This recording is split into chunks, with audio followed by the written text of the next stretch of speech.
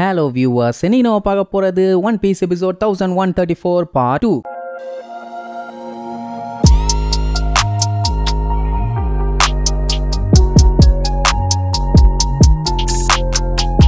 Open பண்ணா நம்ம பாணி இருக்கா பாத்தீங்களா, அவளுக்கு ரொம்பவுமே போர் அடிக்குது. அதனால என்ன பண்ணுவா, சென்டமருவா வாடா விளையாடலான்னு சொல்லி கூப்பிடுவா. ஏமா உன் கூடவே நான் விளையாண்டுட்டு இருக்க முடியுமா, இன்னைக்கு 1008 வேலை இருக்குது, நீ போய் அங்கிட்டு விளையாடு, நான் அப்புறமா வர்றேன்பா. உடனே மூஞ்ச தீஞ்சு போன பண்ணு மாதிரி வச்சுக்குவாளா. சரி சரி வந்து தொலைகிறேன், உன்னா மூஞ்ச மட்டும் இப்படி வச்சுக்குவாயான்னு சொல்லிட்டு விளையாட போவான். அதே நேரம் இங்க நம்மளுக்கு குமாவை போட்டு பாட்டாத பாடுபடுத்திட்டு இருக்காங்க. அவன் பொண்ணுக்காக எல்லா வழியும் தாங்கிக்கிட்டு அந்த எக்ஸ்பெரிமெண்ட்டுக்கு கோஆபரேட் பண்ணிட்டு இருப்பான். பாடி எல்லாம் பாத்தீங்கன்னா அவனுக்கு அப்படியே மறந்து போன மாதிரி இருக்கும். ஆனா அவன் பொண்ணுகிட்ட எதையும் காட்டிக்க மாட்டான். எப்பவும் போல கேஷுவலா எந்த ஒரு பிரச்சனையுமே இல்லாத மாதிரியே காட்டிக்குவான். அவன் பொண்ணு கூட எல்லாமே நல்லபடியா தான் போயிட்டு இருக்கும். அவளும் ஜாலியா இருப்பான்னு வைங்களேன். வேகாப்பங்குக்கும் இதை பார்த்துட்டு சந்தோஷம் தான். ஆனா என்ன பண்றது, கவர்மெண்ட் ஆளுங்க அவனை அப்படி மாத்த சொல்லிட்டாங்க. வேற வழி இல்லாம பண்ணிட்டு இருப்பான். அதுக்கப்புறம் வேகாப்பங்கோட எக்ஸ்பெரிமெண்ட்டுக்கு நிறைய பொருட்கள் தேவைப்படும். அது எல்லாமே கப்பல்ல வருமா. அதுல வர்ற நிறைய பேர் பாத்தீங்கன்னா பாணி கூட ஜாலியா விளையாடுவாங்க. எப்படி எல்லாம் நல்லபடியா போயிட்டு இருக்கும். நம்ம பாணிக்கு பாத்தீங்கன்னா ஒரு நாள் பயங்கரமா பசிக்குமா. அப்ப பாத்தீங்கன்னா செம்மையா ஒரு ஸ்மெல் ஒண்ணு வரும். என்னடான்னு அடிச்சு புடிச்சு போய் பார்த்தா அவதாறு மரத்து இலையை விட 5 இன்ச் அதிக சைஸ்ல இருக்க ஒரு பீஸா ஒண்ணு பண்ணிருப்பானுங்க. விடுவாங்களா,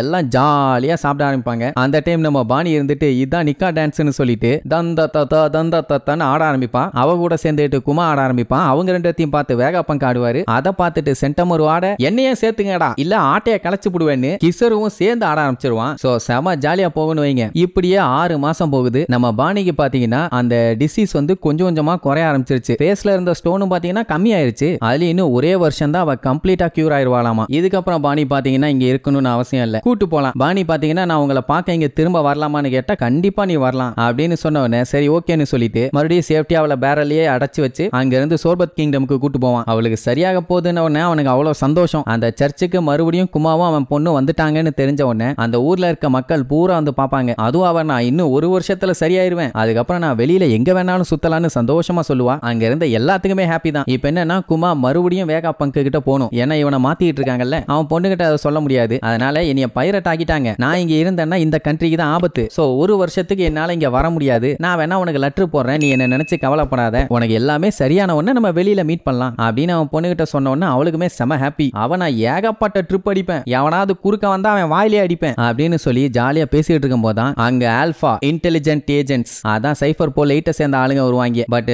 வந்திருக்கவ பாத்தீங்கன்னா டாக்டர் கெட்டப்ல வந்திருப்பா. அதாவது அவ டேக் கேர் பண்ணிக்குவாளாமா. அவளுக்கு மெடிசன் கொடுக்கறது அது இதுன்னு எல்லாத்தையுமே நான் பாத்துக்குவேன், நீங்க இங்க இருந்து கிளம்பலாம் அப்படிங்கிற மாதிரி சொல்லுவா. சரி எங்க தங்க போறாங்கன்னு கேட்டு வாய மூறதுக்குள்ளேயே பக்கத்துல இரும்புலயே ஒரு வீடு ஒண்ணு கட்டிட்டாங்க. அது மட்டும் இல்லாம இந்த சர்ச்சை சுத்தி இரும்பு வேலையும் போட்டுருவானுங்க. இந்த சைஃபர் போல் ஏஜென்ட் வந்தது பாணியை பாத்துக்க இல்ல. இஃப் இன் கேஸ் குமா ஏதாச்சும் ஒரு கோக்குமாக்கு வேலை பண்ணி எஸ்கேப் ஆக ட்ரை பண்ணான்னா பாணியை போட்டு தலையணும் அப்படிங்கறக்காக தான் வந்திருப்பாங்க. அதுவும் அவன் மிரட்டுவா, இந்த கல்லு ஒட்டையற மாதிரி தான் அவ கழுத்தும் உடஞ்சிரும்னு. அவன் எனக்கு எல்லாமே ஞாபகம் இருக்குது, கண்டிப்பா நான் திரும்பி வரமாட்டேன், கவலைப்படாத அப்படின்னு சொல்லிட்டு கிளம்புவான். போறதுக்கு முன்னாடி மறுபடியும் பாணியை பார்த்து நல்லபடியா இருமா அப்படிங்கிற மாதிரி தலையை தடவை கொடுத்துட்டு அங்க இருந்து கிளம்புவான். அவ விஷயம் தெரியாம அவங்க அப்பாவை சந்தோஷமா அனுப்பி வைப்பான். ஆனா அவன் போகும்போது கதறி கதறி அழுதுகிட்டே போவான். அதுக்கப்புறம் என்ன எல்லாத்தையுமே அவன் கரெக்டா பண்ணிட்டான்னு சொல்லிதான் குமாவை அவங்க போட்ட டீல் படி 7 வார்லாட்ல ஒரு ஆளா போட்டாங்க. அதை பார்த்துட்டு இருந்த மத்த வார்லாட்ஸ் எல்லாம் புது ஆளு வந்துட்டானா அருமை அருமை பாங்க, எவன் வந்தா நமக்கு என்ன அப்படிங்கிற மாதிரி சில பேர் பேசுவாங்க. மெயினா அந்த crocodile. அந்த டைம் தான் ஏசு, பிளாக் பியர்டு, ஒயிட் பியர்டு, ஜின்பேன்னு நம்ம ஆளுங்க எல்லாத்தையுமே காட்டுவாங்க. அந்த டைம் குமாவை பத்தியும் கொஞ்சம் டாக் போயிட்டு இருக்குன்னு வைங்களேன். இப்படி வில்ல கூட்டம்லாம் ஒரு சைடு அவனை பத்தி பேசிட்டு இருந்தாலும் நம்ம ஆளுங்க இருக்காங்களே அவங்க தான் ரொம்ப ஃபீல் பண்ணுவாங்க. அதான் ரெவல்யூஷனரி ஆர்மி. மெயினா டிராகனுக்கு ஏசுக்கெல்லாம் பயங்கர ஷாக்கு, இவன் எப்படி கவர்மெண்ட் கூட எல்லாம் போய் சேர்ந்தான்னு. இனிமேட்டு அவன் பொண்ணை போய் பார்க்க முடியாதுன்னா கூட குமா என்ன பண்ணுவான், அவளுக்கு ஒரு லெட்டர் ஒன்னு எழுதி அனுப்பிடுவான். நான் இப்போ ரொம்ப ஃபேமஸ் ஆயிட்டேன், அதனால என்னால சும்மா வர முடியாது, ஆனா கண்டிப்பா ஒரு நாள் உன்னை வந்து பாப்பேன், நீ கவலைப்படாம இரு அப்படின்னு. அப்பதான் நம்ம லூஃபியை காட்டுவாங்க. பாத்தீங்கன்னா பொடிப்பையில காட்டுக்குள்ள புலி கூட விளையாண்டுட்டு இருப்பான். அவனுக்கு சின்ன வயசுல இதான வேலை. அப்ப பாத்தீங்கன்னா குமா ஈஸ்ட் ப்ளூக்கு போயிட்டு இருப்பான். அந்த டைம் கவர்மெண்ட் இருந்து அவனுக்கு ஒரு ஆர்டர் வந்திருக்கும். ஏதோ பயங்கரமான ஆர்டர் தான். அது என்ன ஆர்டர், அந்த ஆர்டர் அவன் ஃபாலோ பண்ணானா இல்ல அதனால ஏதாச்சும் பஞ்சாயத்து ஆச்சா இல்லையான்னு அடுத்தடுத்த எபிசோட்ல பார்க்கலாம். டாடா.